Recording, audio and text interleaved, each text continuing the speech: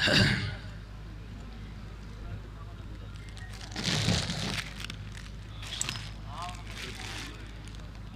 اللہ و ملائکتہ یصلون علی النبی یا ایھا الذین آمنوا صلوا علیہ وسلموا تسلیما۔ تمام حضرات، بیٹھنے والے بآواز بلند حضور پر نور خاتم النبیین احمد مجتبیٰ جناب محمد مصطفیٰ محمد عربی صلی اللہ تعالی علیہ وسلم کی بارگاہ میں اس یقین کے ساتھ اونچی آواز سے درشی پڑھ لیجئے کہ ہم درود پڑھتے ہیں، آقا مدینے میں سماعت فرماتے ہیں۔ مل کر بآواز بلند، کوئی خاموش نہ رہے، اونچی آواز سے پڑھ لیجئے۔ اللہم صلی علی سیدنا و مولانا محمد وعلی آل سیدنا و مولانا محمد وبارک وسلم۔ الصلاۃ والسلام علیک یا رسول اللہ، الصلاۃ والسلام علیک یا حبیب اللہ، الصلاۃ والسلام علیک یا رحمۃ للعالمین وعلی آلک واصحابک یا خاتم النبیین۔ حمد و صلوات کے بعد اللہ رب العزت کا بے پناہ احسان و شکر، اللہ تعالیٰ نے مجھے اور آپ ہم سب کو حضور غوث سمدانی، قطب ربانی، شہباز لامکانی، قندیل نورانی، ہیکل سمدانی، جامع الاسرار والمعانی، پیر پیرا میر میرا حضرت سیدنا ابو محمد محی الدین عبد القادر جیلانی رضی اللہ تعالی عنہ کی 11ویں شریف کی مبارک محفل میں اللہ تعالیٰ نے ہم سب کو حاضری کی توفیق عطا فرمائی۔ اللہ کی بارگاہ میں دعا ہے خلاق عالم ہم سب کا حاضر ہونا، صاحب خانہ کا محفل کا انعقاد کرنا، اللہ تمام کو اپنی بارگاہ میں قبول فرمائے۔ اللہ رب العزت ہم سب کو صحیح معنی میں اولیاء کرام کی سیرت مبارکہ پر عمل پیرا ہونے کی توفیق عطا فرمائے۔ توجہ کے ساتھ سماعت کیجئے گا۔ اللہ رب العزت نے قرآن مجید فرقان حمید برہان رشید میں ارشاد فرمایا، الا ان اولیاء اللہ، فرمایا کہ خبردار اللہ کے جو ولی ہیں، اللہ کے جو دوست ہیں، اللہ کے جو پیارے ہیں، لا خوف علیہم، ان اللہ کے پیاروں کو دنیا میں بھی کسی چیز کا ڈر اور خوف نہیں ہے، ولا ہم یحزنون، اور ان اللہ والوں کو روز محشر بھی کسی چیز کا غم اور خوف نہیں ہوگا۔ یعنی اللہ رب العالمین کی عبادت کر کے اللہ کا قرب حاصل کرنے والا، اللہ رب العالمین کی بارگاہ تک پہنچنے والا اللہ کا ولی جب وہ دنیا سے جاتا ہے تو دنیا میں بھی بغیر کسی ڈر، بغیر کسی خوف کے رہتا ہے، اور قیامت کا دن جو 50,000 سال کا ایک دن ہے، نفسا نفسی کا دن ہے، زمین تانبے کی ہے، سورج 1.25 میل پر بندے کے اوپر کھڑا ہے، ہر گناہگار، ہر بندہ اپنے پسینوں میں ڈوبا ہے، کوئی گھٹنوں تک، کوئی سینوں تک، کوئی کان تک، کوئی سر تک اپنے پسینوں کی بدبو سے مر رہا ہوگا، گل رہا اور سڑ رہا ہوگا۔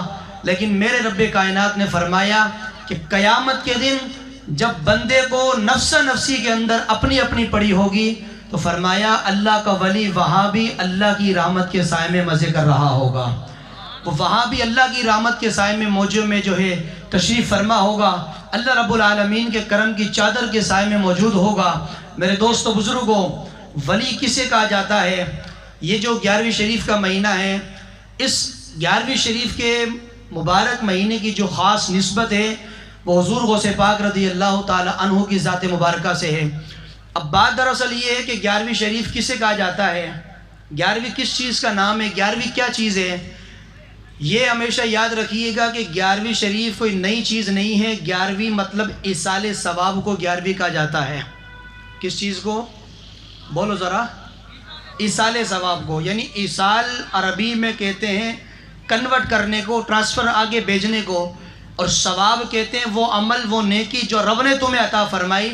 تو ایصال ثواب کا مقصد یہ ہوتا ہے کہ نیک کام کر کے جو اجر اللہ نے مجھے دیا، میں نے وہ آگے اپنے پیر کو عطا فرما دیا ہے، آگے اللہ کے ولی کو دے دیے، اسے ایصال ثواب کہا جاتا ہے۔ یعنی اللہ کی عطا کردہ نیکیوں کو آگے ٹرانسفر کر دینا، آگے اس کو منتقل کر دینا، آگے پہنچا دینا، اسے ایصال ثواب کہا جاتا ہے، جو کہ اللہ کے پاک کلام میں بھی موجود ہے، رسول اللہ کے فرمان میں بھی موجود ہے۔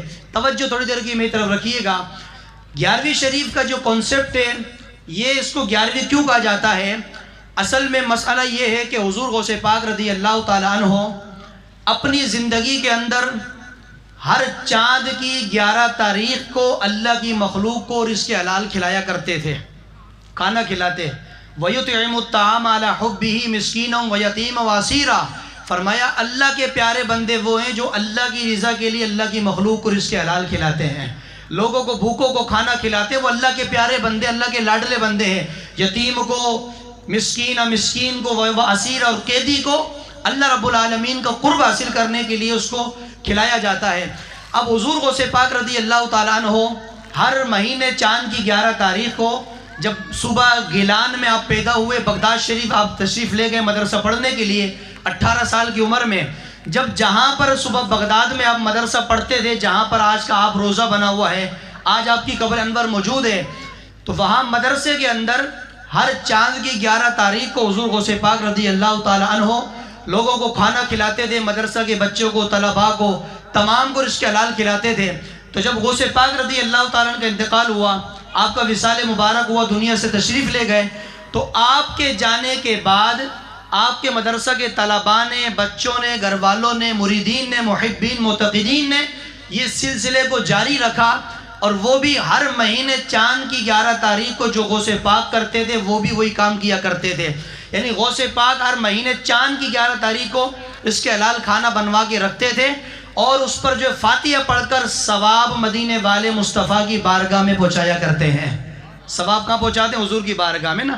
اب ہر مہینے غوث پاک یہ عمل کیا کرتے تھے، لیکن جب غوث پاک رضی اللہ تعالیٰ عنہ کا وصال ہوا تو آپ کے بعد مدرسہ کے طلباء نے، مریدین نے اور آپ کے گھر والوں نے اس سسٹم کو جاری رکھا، اور اس وقت سے لے کر آج تک ابھی تک یہ معاملہ جاری و ساری ہے کہ صرف ربیع الثانی کے سال کے بعد ایک مہینہ جو آتا ہے 11ویں کا، صرف اسی پر نہیں بلکہ غوث پاک رضی اللہ تعالیٰ عنہ سے محبت کرنے والا ہر مہینے چاند کی 11 تاریخ کو نیاز دلواتا ہے، فاتحہ پڑھتا ہے، ثواب غوث پاک کو بھی پہنچاتا ہے، مدینے والے مصطفیٰ کو بھی ثواب پہنچا دیا جاتا ہے.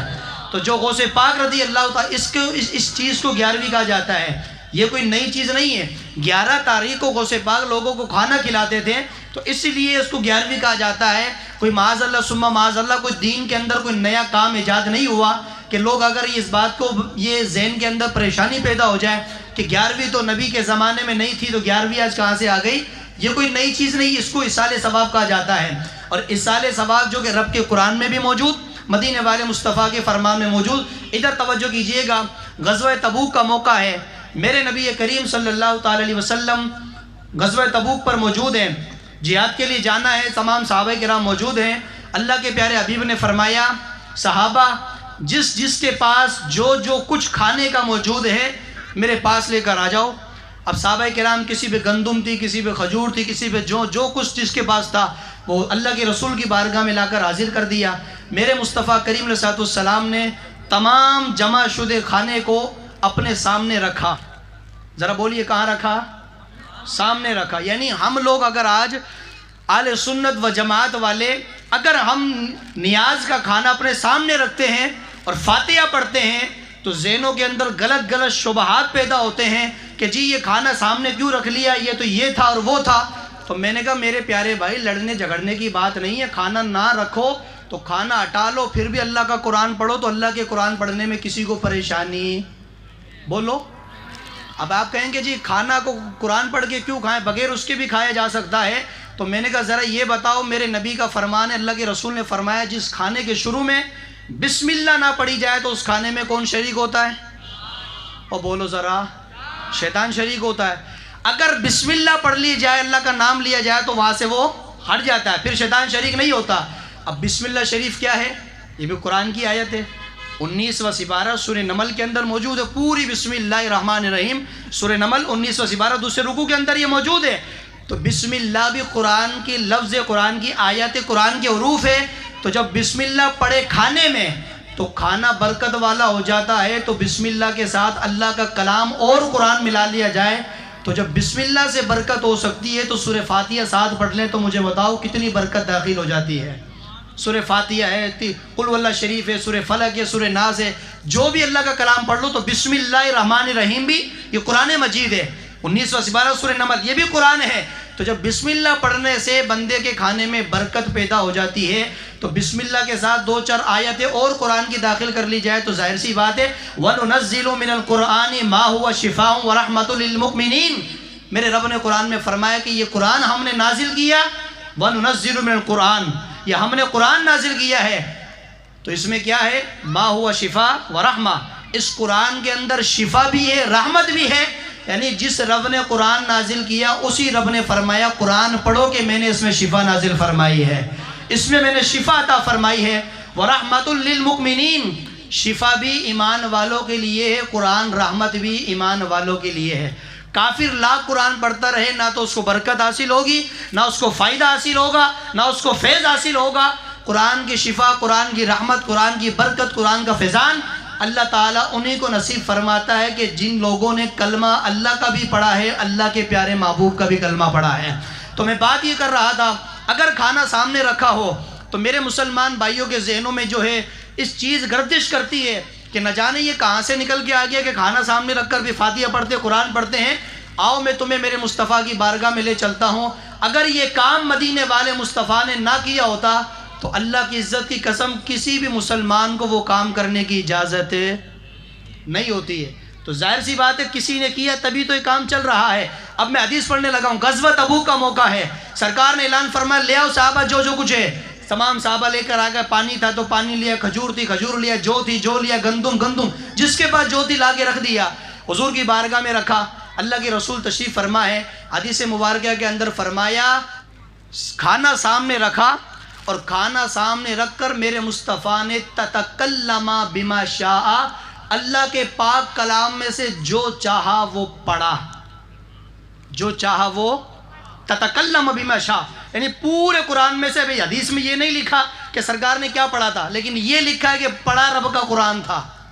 ٹھیک ہو گیا۔ اب کھانا سامنے رکھا ہے تو میرے نبی کا طریقہ جاری ہو گیا کہ کھانا سامنے رکھنا، غلط کام ختم ہو گیا کہ نبی نے رکھا۔ دوسری بات، کھانا سامنے رکھ کر قرآن پڑھنا، تتکلم بما شاء، میرے نبی نے پڑھا جہاں سے چاہا۔ پھر قرآن پڑھنے کے بعد یہ نہیں فرمایا کہ صحابہ جاؤ اٹھا کے لے جاؤ کھا لو برکت ہو گئی، نہ، تتکلم بما شاء فدعا بالبرکہ، قرآن پڑھنے کے بعد میرے مصطفیٰ نے اپنے سونے سونے ہاتھوں کو کھانے کے اوپر اٹھا دیا ہے۔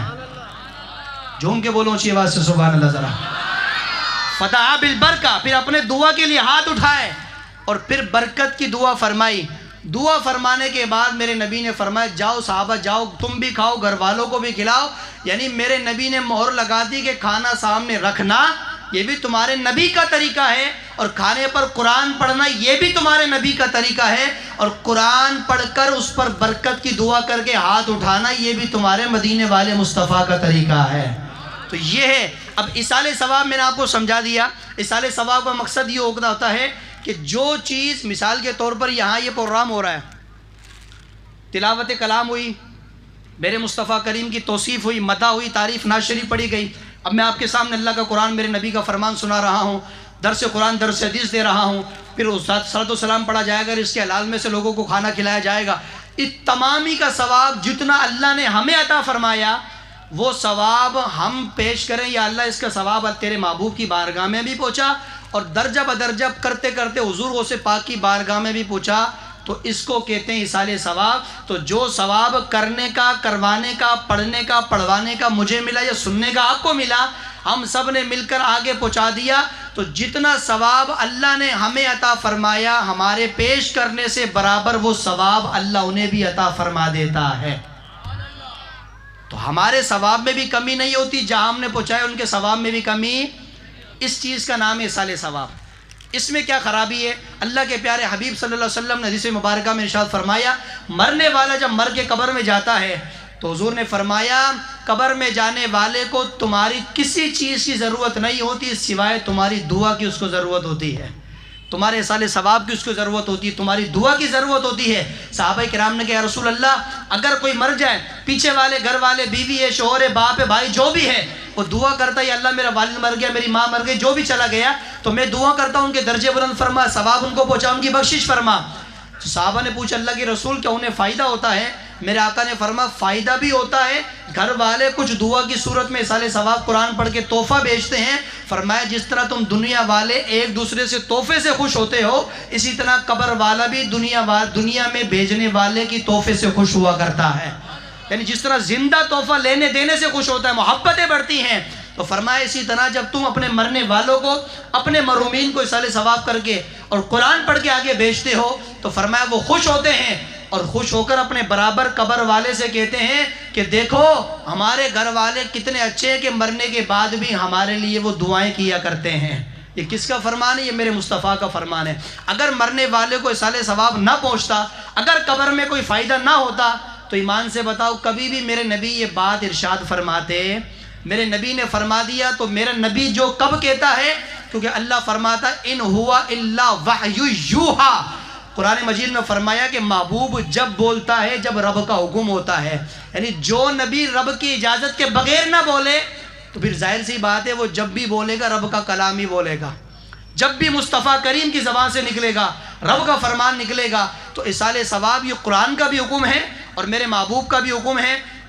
ایک اور مسئلہ چلتے چلتے آپ کے سامنے حل کر دیتا ہوں۔ 11ویں شریف کا موقع ہے، ذہنوں کے اندر لوگوں کے جو ہے مائنڈ سیٹ خراب ہیں، چونکہ سوشل میڈیا کا زمانہ ہے، ہر بندہ بیچارہ پریشان ہوتا ہے، جس بندے کو 2 لفظ انگلش کے بولنے آ جاتے ہیں تو وہ بھی علامہ مولانا مفتی نہ جانے کیا کچھ ٹائٹل اپنے ساتھ القابات لگا رہا ہوتا ہے۔ میرے دوستو بزرگوں، انگریزی بول کر سامنے والے سے جو ہے مایوس نہیں ہوا کرو، یا اس کی انگریزی سن کر اس سے دل نہ لگایا کرو۔ میں اگر آپ کو سرکار کی حدیث عربی زبان میں سناؤں تو آپ سر کھو جائیں گے، بولے پتہ نہیں کیا ہو رہا ہے یہ، اور اگر 2 دن انگلش کے ورڈ بول دوں بولے ماشاءاللہ مولوی صاحب پڑھا لکھا بھائی ہے۔ یعنی نبی کی جو زبان ہے وہ لوگوں کو پسند نہیں، انگریزوں کی لوگ باتیں کرتے ہیں، اور انگلش کے لفظ دوران خطاب میں آپ سے کروں نا تو آپ بولو گے ماشاءاللہ بھائی کیا بات ہے، مولوی بڑا پڑھا لکھا ہے، انگلش بولتا ہے۔ اور اگر ساری باتیں میں آپ کو مصطفیٰ کریم کی زبان عربی میں سناؤں تو آپ بولیں گے یہ کیا ہو رہا ہے، پتہ نہیں مولوی صاحب کیا پڑھ رہا کیا نہیں پڑھ رہا ہے۔ اس لیے کہ ہم نے تعلق اپنے محبوب سے نہیں جوڑا، ہم نے اپنے رسول اللہ سے تعلق کو توڑا ہے، اس وجہ سے ہمیں انگریزوں کی باتیں سمجھ میں آتی ہے، رسول اللہ کی گفتگو سمجھ نہیں آتی۔ خدا کی قسم جس دن بھی تمہارا میرا تعلق اپنے نبی سے مضبوط ہو گیا تو پھر جہاں بھی تو چلے گا اور تیرا حلیہ، تیرا کریکٹر، تیرا انداز، تیرا معیار، تیری گفتار، تیری خوبصورتی ایسی ہوگی کہ جہاں سے تو گزرے گا دیکھنے والا کہے گا وہ دیکھو مصطفیٰ کا غلام آ رہا ہے، وہ دیکھو کملی والے آقا کا امتی آ رہا ہے۔ لیکن چونکہ لیول مسلمان والا ٹائٹل ہمارے یہود و نصارہ والے ہیں۔ میں بات یہ کر رہا تھا 11ویں شریف کا موقع ہے، اکثر لوگوں کی عادت کریمہ ہوتی ہے کہ لوگ ایک گھر کے اندر کوئی جانور پال لیا ہے، بھائی یہ 11ویں شریف کا بکرا ہے اور 11ویں شریف کی نیاز ہوگی تو اس میں ذبح کیا جائے گا، ہوتا ہے نا ایسا؟ بالکل خاص توجہ رکھیے گا، میں مسئلہ سمجھانے لگا ہوں۔ یہ امام حسین کے نام کا میں نے جانور ذبح لایا ہوں گھر میں، محرم شریف آئے گا تو اس کو ذبح کر کے امام حسین کے نام پر ایصال ثواب کیا جائے گا۔ جب بعض ہمارے مسلمان ایسے ہوتے ہیں جو بیچارے پریشان ہو جاتے ہیں کہ یار یہ آپ نے بکرے پر 11ویں شریف کا نام رکھ دیا، یہ تو حرام ہو گیا، یہ تو اللہ کے لیے ہونا چاہیے تھا۔ میں نے کہا بھائی بات دراصل یہ ہے کہ ہر چیز اللہ کے لیے ہوتی ہے لیکن ثواب اللہ کے لیے، ہم یہ نہیں بولتے اللہ اس کا ثواب تیر کو پیش کرتے ماں، نہیں، ثواب بندے کو پیش ہوتا۔ اللہ تو ان چیزوں سے بے نیاز ہے، اللہ ان چیزوں سے بندے کو ثواب پہنچایا جاتا ہے نا۔ ادھر سنیے گا، اب رکھ دیا بھائی بکرا ہے، بھائی کیا کرو بھائی 11ویں شریف غوث پاک کے نام کا ہے، تو اگلا بندہ بیچارہ جس کی مائنڈ سیٹ خراب ہے، ذہن بند ہے اس کا، بیچارہ فوراً جو ہے بولتا ہے یار یہ تو غلط ہو گیا، آپ نے یہ غوث پاک کا نام کیوں لے دیا، اللہ کا نام لینا چاہیے تھا۔ میں نے کہا میرے بھائی اتنا تیش میں آنے کی ضرورت نہیں ہے، آپ اتنا بتائیں جب قربانی اللہ نے اگر واجب فرمائی تو بندہ قربانی کرتا ہے نہیں کرتا ہے؟ بولو، جس پر واجب ہے وہ کرتا ہے نا۔ اب قربانی کا جانور آپ کے گھر کے باہر کھڑا ہے، اب میں آ جاؤں میں پوچھوں بھائی یہ بتائیے، ہمارے ہم بزرگ میرے سر کے تاج ہمارے حاجی ظہیر صاحب بیٹھے ہوئے ہیں، حاجی صاحب نے بکرا یا گائے جو بھی لا کے گھر کے باہر باندھ دیا اور میں ان کے گھر پہنچ جاؤں، حاجی ظہیر صاحب یہ بتائیے کیا چیز ہے؟ تو حاجی صاحب فرمائیں گے بھائی امام صاحب یہ قربانی کا جانور ہے۔ کیا کہیں گے؟ قربانی کا جانور ہے۔ تو میں یہ کہوں گا کہ اللہ کے نام پہ ذبح ہوگا، نہیں، یہ تو قربانی میری طرف سے ہے۔ تو میں نے کہا آپ تو خدا نہیں ہے معاذ اللہ، قربانی کا تو اللہ کے لیے ہوتا ہے، تو آپ کا نام کیسے آ گیا یہاں پر؟ تو پھر یہ کہیں گے بات دراصل یہ کہ ہے تو اللہ کے لیے لیکن چونکہ واجب اللہ پہ نہیں، واجب میرے اوپر تھی تو میں اپنا واجب ادا کر رہا ہوں۔ تو نام رکھنے سے کوئی بھی چیز حرام نہیں ہوتی ہے، ٹھیک ہے نا؟ تو توجہ رکھنا. دیکھیں جانور جس وقت ذبح کیا جا رہا ہے نا، اب زندگی میں بکرا لیا آپ نے غوث پاک کے نام کا، یہ 11ویں ہے کیا کہتے ہیں قربانی کا جانور ہے، 4 بھائی گھر میں، چاروں پر قربانی واجب ہے، تو 4 جانور لیا ہے، یہ ایک بڑا جانور لیا، 4 حصے اس میں نکل گئے، بڑے جانور میں 7 حصے ہوتے ہیں نا، 4 حصے اس کے اندر نکل گئے. اب یہ بھائی اپنا اپنا واجب ادا ہو گیا. بھائی کس کی قربانی ہے؟ بھائی میری طرف سے بھی ہے، میرے نام کی بھی ہے، میری اماں کے نام کی بھی، ابا کے نام کی بھی ہے. تو میں نے کہا بھائی ہمارے تمہارے نام کی قربانی ہو سکتی ہے تو کہ غوث پاک کے نام کا بکرا ذبح نہیں ہو سکتا ہے؟ اس میں پریشانی کیا بات ہے؟ لیکن بات جو کرنے لگا ہوں، اچھا آپ کہیں گے حرام، حرام کیسے ہوگا؟ حرام اس وقت ہوگا جب آپ نے ذبح کرتے وقت بسم اللہ اللہ اکبر کی جگہ بسم اللہ عبد القادر کہا تو وہ جانور پھر حرام ہوگا، کیونکہ ذبح اللہ کے نام پر ہوتا ہے. اللہ کے سوا کسی کے نام پہ ذبح کرو گے تو وہ حرام ہے. حتیٰ کہ میرے نبی کے نام پر بھی ذبح کرو گے تو جانور مردار ہوگا، حرام ہوگا، اس کا کھانا حرام ہے. ذبح کرتے وقت آپ نے کہا بسم محمد تو وہ جانور حرام ہوگا، وہ مردار ہے، اس کو نہیں کھا سکتے. اسلام کے اندر مردار حرام ہے. دنیا کے اندر کسی کے نام پر بھی وہ جانور پلتا رہے، ذبح کے وقت دیکھا جائے گا نام کس کا لیا ہے. ان پڑھ سے ان پڑھ مسلمان بھی جو بالکل کچھ پڑھا ہوا نہیں ہے دین کی، جس کو دال کا بھی نہیں پتا ہے، اس کو بھی پتا ہے کہ جب جانور ذبح کرتے تو بسم اللہ اللہ اکبر کہہ کر ذبح کیا جاتا ہے. کس کے نام پر ذبح کیا جاتا ہے؟ اللہ کے نام پر. تو بھائی جب جانور اللہ کے نام پر، اور رب قرآن میں ارشاد فرماتا 2واں سپارہ 7واں سپارہ 8واں سپارہ اور 20واں سپارہ، خود میرا رب قرآن میں ارشاد فرماتا ہے، اللہ نے فرمایا کھاؤ فَكُلُوا مِمَّا ذُكِرَ اسْمُ اللَّهِ عَلَيْهِ، فرمایا وہ کھاؤ کہ جو اللہ کے نام پر ذبح کیا گیا ہے، اس کو استعمال کرو. یہ اللہ کا قرآن ہے. تو جانور دنیا میں کسی کے نام پر بھی ہو، اگر ذبح کرتے وقت میرے نبی کا بھی نام لوگے تو وہ حرام ہوگا. اور ذبح کیا اور کہا بسم اللہ اللہ اکبر، اللہ کے نام پر ذبح کر دیا، جانور ہو گیا حلال. کھانا بنا، سارے معاملات ہوئے، کھانا سامنے رکھ دیا، قرآن شریف پڑھا، قرآن پڑھ کر کہا یا اللہ اس کا ثواب میرے حضور کی بارگاہ میں پہنچا، اور میرے نبی کے ذریعے میرے نبی کے والدین کو پہنچا، شہزادوں کو پہنچا، صحابہ کو پہنچا، اور آخر کے اندر یا اللہ اس کا ثواب میرے پیر عبد القادر جیلانی کو پہنچا. اس میں ایمان سے بتاؤ کوئی خرابی ہے کیا ہے؟ ہاں اگر شریعت مطہرہ کے خلاف آپ کام کریں گے تو پھر ظاہر سی بات ہے ہر بندہ ٹوکے گا. لیکن یہ جو میں نے آپ کو بتایا یہ اللہ کے قرآن 28 سپارے کے اندر بھی موجود، اور خود میرے محبوب کے فرمان. اب آپ کہیں گے مولوی صاحب بات دراصل یہ ہے کہ اگر کسی جانور پر کسی کا نام لے دو تو وہ حرام نہیں ہوتی، کوئی دلیل حدیث پاک سے؟ بالکل ادھر توجہ کیجئے گا. حدیث بخاری شریف کی، میرے مصطفیٰ کے پیارے صحابی حضرت سعد رضی اللہ تعالیٰ عنہ حضور کے صحابی ہے. اور صحابی کون ہوتا ہے کہ جس نے ایمان کی حالت میں میرے نبی کے والضحیٰ کے چہرے کا دیدار کیا ہے؟ بولو اچھی آواز سے سبحان اللہ ذرا. جس نے ایمان کی حالت میں مصطفیٰ کے والضحیٰ کے چہرے کو دیکھا وہ صحابی ہوتا ہے. حضور کا صحابی ہے، ان کی والدہ فوت ہو گئی، حضرت سعد کی والدہ کا انتقال ہو گیا. یہ میں بات کس چیز پر کرنے لگا ہوں کہ اگر دنیا میں کسی جانور پر کسی کا نام لے لیا جائے تو وہ جانور حرام ہے. بولو، یہ سوال ذہن میں رکھنا. حدیث پاک سنیے، دلیل دینے لگا ہوں. حضور کا صحابی حضرت سعد اس کا نام، اللہ کے رسول کی بارگاہ میں حاضر ہوا، عرض کرتا یا رسول اللہ میرے ماں باپ آپ پہ قربان، مسئلہ معلوم کرنا ہے. تو میرے نبی نے فرمایا بولو میرے صحابی کیا بات ہے؟ تو کہا رسول اللہ بات یہ کہ میری ماں کا انتقال ہو گیا، میری ماں دنیا سے چلی گئی. اگر میں اپنی ماں کی طرف سے دنیا میں کوئی صدقہ کروں تو کیا میری ماں کو اس کا ثواب پہنچے گا؟ اگر زندوں کی طرف سے مرنے والوں کو فائدہ نہیں ہوتا تو میرے نبی فرماتے ہیں ایسا نہیں کرنا، اس کو کچھ بھی نہیں ملے گا. صحابی نے سوال کیا آقا میری ماں کا انتقال ہو گیا ہے تو کیا اپنی ماں کے لیے سارے ثواب کروں، اس سے پہنچے گا؟ میرے نبی نے فرمایا جتنا کرے گا ثواب تیری ماں کو قبر میں پہنچ جائے گا. ایسا ثواب ثابت ہو گیا. آگے چلیے. اس نے کہا رسول اللہ اچھا یہ بتائیے ایسا کام مجھے بتائیے کہ جو سارے نیک عمل سے افضل ہو، سب سے بڑا کام ہو. نماز پڑھنا بھی نیک کام ہے، روزہ بھی نیک کام ہے، بڑے بڑے نیک کام ہیں، لیکن ایسا کوئی نیک کام بتاؤ جو میری ماں کو ثواب قیامت تک ملتا رہے. تو میرے نبی پاک علیہ السلام نے فرمایا کہ دنیا کے اندر ایک تو بھوکوں کو کھانا کھلانا سب سے افضل کام ہے، اور فرمایا دوسرا اللہ کی مخلوق کو پانی پلانا یہ بھی سب سے افضل کام ہے، بہترین کام ہے. اس صحابی نے کہا آقا میں اپنی ماں کے نام کا کنواں کھدوا دوں؟ فرمایا بالکل. وہ صحابی گیا اپنی کنواں کھدوایا، اب حدیث بخاری شریف کی پڑھ رہا ہوں، غور کرنا ذرا. کنواں کھدوا دیا، اور کنواں کھدوانے کے بعد کنویں کے اوپر صحابی نے تختی کا لیبل لگا دیا، ہذہ لأم سعد. کیا فرمایا؟ یہ کنواں سعد کی ماں کے لیے ہے. کھودا کس کے لیے تھا بھائی؟ آپ اگر باہر حال کے باہر پانی کی ٹنکی لگائیں، کس کے لیے لگائیں گے؟ اللہ کے لیے، کہ مخلوق پیے گی، اجر مجھے اللہ دے گا، ثواب اللہ دے گا، فائدہ اللہ دے گا، بندہ نہیں دے گا. اور اسی لیے لگائیے نا. تو صحابی نے کنواں کھدوایا، تختی لے لگائی، ہذہ للہ، کہ یہ اللہ کے لیے نہیں، بلکہ فرما ہذہ لأم سعد، یہ میری ماں کے لیے ہے.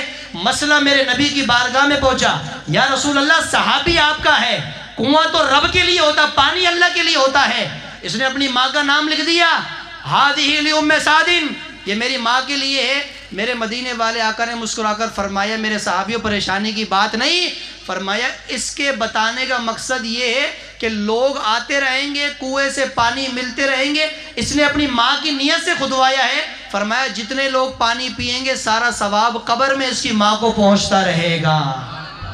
اللہ تو ثواب سے پاک ہے نا، تو بندے اس کی ماں کو اس کا ثواب پہنچتا رہے گا. تو بتائیے صحابی نے کنویں پر کس کا نام لکھا تھا؟ ماں کا، اللہ کا نہیں. اور ماں معاذ اللہ خدا نہیں ہے. تو اسی طرح ہم اگر کسی جانور پر نام رکھ دیں، غوث پاک کا، امام علی مقام کا، مولا علی کا، صحابہ کرام کا، اہل بیت کا، کسی کا بھی نام رکھ دیں تو نام رکھنے سے وہ شے حرام نہیں ہوتی. میں نے آپ کو حدیث مبارک سے بتا دیا ہے. ذبح کے وقت دیکھا جاتا ہے کہ ذبح کس کے نام پر ہوگا. اگر ذبح میرے نبی کے نام پر بھی ہوا تب بھی وہ جانور کیا ہوگا؟ جلدی بولو، حرام ہوگا. اللہ کے نام پر فَقُلُوا مِمَّا ذُكِرَ اسْمُ اللَّهِ عَلَيْهِ، کھاؤ وہ جس پر اللہ کا نام لیا گیا، بسم اللہ اللہ اکبر کہہ کر ذبح کیا گیا. جب اللہ فرما رہا وہ جب حلال ہے تو پھر کسی کو پریشان ہونے کی ضرورت نہیں ہے. تو اصالِ ثواب کا خلاصہ کیا ہے؟ کوئی بھی نیک عمل جو بندہ کرتا ہے اس پر اللہ اس کو جو ثواب اور نیکی دیتا ہے، اپنی ثواب اپنی نیکی بعد مرنے والوں کو پہنچا دیتا ہے، اسے کہتے ہیں اصالِ ثواب. یہ اللہ کے قرآن میں بھی موجود، میرے محبوب کے فرمان میں بھی موجود ہے. اور 11ویں شریف کس چیز کو کہا جاتا ہے یہ بھی میں نے آپ کو بتا دی ہے، کوئی نئی چیز نہیں ہے. بلکہ غوث پاک ہر چاند کی 11 تاریخ کو کھانا کھلا کر ثواب حضور کو پہنچاتے تھے. تو پھر ان کے وصال کے بعد یہ قیامت کا سلسلہ جاری ہو گیا اور آج تک لوگ یہ کام کرتے ہیں، قیامت تک انشاءاللہ چلتا رہے گا. تو میرے دوستو بزرگوں، اللہ کی بارگاہ میں دعا کریں، اللہ تعالیٰ مجھے اور آپ کو، ہم سب کو عمل کی توفیق عطا فرمائے. اور جاتے جاتے میرے نبی کا فرمان سنتے جائیں. میرے محبوب نے فرمایا کہ اس بندے کے رزق حلال میں اور عمر میں کبھی بھی بے برکتی نہیں ہو سکتی ہے کہ جو بندہ اپنے والدین کے لیے دعا کرنے والا ہے. کبھی بھی اس کی عمر میں بے برکتی نہیں ہوگی، مال میں بے برکتی نہیں ہوگی. اچھا زندہ ہیں تب بھی دعا کریں ماں باپ کے لیے، انتقال کر کے تب بھی دعا کریں، دونوں صورتوں میں. تو ہم جو دعا کریں ان کو فائدہ ہوتا نہیں ہوتا. اللہ کے پیارے حبیب نے حدیث پاک میں فرمایا قیامت کا دن ہوگا، ایک بندے کو اللہ کی بارگاہ میں حاضر کیا جائے گا، چہرہ چودھویں کے چاند کی طرح چمک رہا ہے اور نیکیاں پہاڑوں کے برابر ہے. میرے نبی نے فرمایا اللہ کے نبی بھی، صحابہ بھی، صدیقین، شہداء، شہید سارے اس بندے پر فخر کریں گے کہ یہ بندہ کون ہے، چہرہ چودھویں کے چاند کی طرح چمک رہا ہے اور نیکیاں پہاڑوں کے برابر. تو میرے نبی سے صحابہ نے پوچھا آقا وہ بندہ کون ہوگا؟ قیامت میں لوگ پوچھیں گے اللہ یہ نبی ہے، صدیق ہے، صحابہ ہے، کوئی شہید ہے، کون ہے جس کی نیکیاں پہاڑوں کے برابر، چہرہ اتنا چمک رہا ہے؟ اللہ کی بارگاہ سے آواز آئے گی یہ کوئی اتنا نیک نہیں ہے، یہ بندہ گناہ گار ہے، لیکن یا اللہ اتنا بڑا اس کو انعام کیوں دیا گیا؟ اللہ کی بارگاہ سے آواز آئے گی اس لیے کہ یہ اپنی دنیا میں نیک اولاد چھوڑ کر آیا تھا، تو اس کے مرنے کے بعد اس کے بچے اس کے لیے دعا کرتے تھے، اس کے بچوں کی دعا جمع کر کے اللہ نے اس کے باپ کو آج یہ مقام عطا فرما دیا ہے. اس کے بچوں کی دعا سے اللہ نے اس کے باپ کو یہ مقام عطا فرمایا. اس لیے اپنی اولاد کو حضور کا دین پڑھاؤ، لوگوں کو جو ہے دین کی طرف لے کر آؤ، راغب کرو، خود بھی علم دین حاصل کرو، نسلوں کو بھی علم دین پڑھاؤ. کسی محلے میں کسی گھر میں اگر ایک عالم بھی ہونا، خدا کی قسم پورا محلہ جہالت سے محفوظ ہو جاتا ہے. اگر ایک محلے میں ایک عالم بھی ہوتا پورا علاقہ جہالت سے، گندگی سے بچ جاتا ہے. اور اگر جس گھر میں عالم دین ہوتا ہے تو فرمایا اللہ کی مبارک فرشتے اس گھر کی زیارت کرنے کے لیے نازل ہوتے ہیں، جس گھر میں عالم دین تشریف فرما ہوتا ہے. اس لیے میرے دوستو بزرگوں، دنیا کی مصروفیت سے ذرا وقت نکال کر اپنے دین کے کام سیکھیے، اپنے دین کو سیکھیے کہ ہم کون ہیں، ہم کس مقصد سے دنیا میں، ہمارا آنے کا مقصد کیا ہے، ہمارے آنے کی وجہ کیا ہے، اور جو ہمیں کیوں بھیجا گیا ہے، ہمارے نبی کون ہے، ہمارا رب کون ہے، ہمیں ان کی پہچان، معرفت، اپنے اسلام کے کام، نماز، روزے، یہ تمام چیزیں وقت نکال کر اس انسان کو سیکھنا چاہیے. ورنہ اللہ کی عزت کی قسم، میں نے تو ایسے ایسے لوگوں کو بھی جنازے پڑھائے، ایسے ایسے لوگوں کو بھی بھگتا ہوں میں کہ جن کے بچے یونیورسٹی میں پروفیسر ہیں، 2-2 لاکھ روپے تنخواہ مہینے کی اٹھاتے ہیں، لیکن باپ کا جنازہ رکھا ہے تو بیٹے کو جنازہ پڑھنا بھی نہیں آتا ہے، اور وہ باہر دروازے مسجد کے باہر کھڑا ہو کے انتظار کر رہا ہوتا ہے. اس سے پوچھو کہ بھائی کیا بات ہے، تیرا باپ مر گیا؟ بولا مجھے جنازہ نہیں پڑھنا آتا. اب مجھے بتاؤ ایسی اولاد کا فائدہ کیا ہے جو مرنے کے بعد باپ کا جنازہ بھی نہ پڑھ سکے؟ ورنہ کمال تو یہ ہونا چاہیے کہ ماں باپ تجھے پالے پوسے بڑا کرے، تو جب ماں مرے یا باپ مرے تو بیٹا فخر سے بولے مولوی صاحب تو پیچھے کھڑا ہو، میں اپنے باپ کو خود جنازہ پڑھاؤں گا. کمال یہ ہے، بیٹا بولے مولوی صاحب میں کیوں؟ اس لیے کہ اگر میں صبح شام جنازے پڑھاتا ہوں مسجد کے اندر تو میرا تو کام ہے، میں مسجد کا امام ہوں، صبح جنازے آتے پڑھا دیتا ہوں، میرا تو کام ہے. لیکن ایمان سے بتاؤ، اگر باپ مرا ہے بیٹا جنازہ پڑھائے گا تو جس دل سے اپنے باپ کے لیے وہ بیٹا دعا کرے گا وہ مولوی صاحب نہیں کرے گا. اگر بیوی مری ہے تو شوہر کو حکم ہے، اسلام کا میرے نبی کا فرمان ہے کہ بیوی مرے تو شوہر کو حکم جنازہ پڑھائے، وہ نہیں ہے تو پھر بیٹا پڑھائے. باپ مرا تو بیٹے کو حکم ہے، بعد میں تیسرے بندے کا حکم ہے. لیکن ہمارے معاشرے کا حال اتنا برا ہے کہ باپ مر جائے تو رات 3 بجے بھی لوگ دروازے بجا رہے ہوتے، مولوی صاحب باہر نکلو جنازہ پڑھاؤ میرے باپ کا. یعنی یہ حال ہو گیا. فاتحہ تک لوگ ہاتھ اٹھا کر، تو کیا آپ نے یہ سمجھ لیا کہ میں تو مر گیا، باقی اولاد جانے وہ جانے خدا؟ نہیں، مرنے کے بعد اللہ تعالیٰ آپ سے اس کا سوال کرے گا کہ ہم نے تمہیں اولاد دی تھی، تم نے تمہاری اولاد کو میرے نبی کا دین کتنا سکھایا ہے. یہ میرے نبی کا فرمان حدیث پاک ہے. اس کا ہم سے سوال ہونا مرنے کے بعد کہ ہم نے اپنی اولاد کی تربیت کیا کی، جس کو ڈانسر بنایا اس کو، یا ہم نے دنیا دار بنایا، لچا لپنجا بنایا، یا چور ڈاکو اس کو بنایا، یا پھر ہم نے مصطفیٰ کے دین کا وارث بنایا ہے، ہم نے اس کو حافظ قرآن بنایا، نیک بنایا، نمازی بنایا. جو کچھ ہم نے بنایا مرنے کے بعد ہر گھر کے سرپرست سے اللہ کی بارگاہ میں اس کا سوال ہوگا، قبر میں بھی ہوگا، حشر میں بھی اس بندے سے سوال ہوگا. لہذا میرے دوستو بزرگوں، دین کی طرف آؤ، اپنا دین سیکھو، اور جس مقصد کے لیے اللہ نے ہمیں دنیا کے اندر تخلیق کیا، بھیجا ہے، اپنے مقصد کو پہچان کر اس کی طرف گامزن رہو. اللہ تعالیٰ مجھے اور آپ کو عمل کی توفیق عطا فرمائے. گفتگو کرنے میں غلطی کوتاہی ہو گئی، اللہ کی بارگاہ میں توبہ کرتا ہوں، معافی چاہتا ہوں، اللہ مجھے معاف فرمائے. وما علینا الا البلاغ المبین.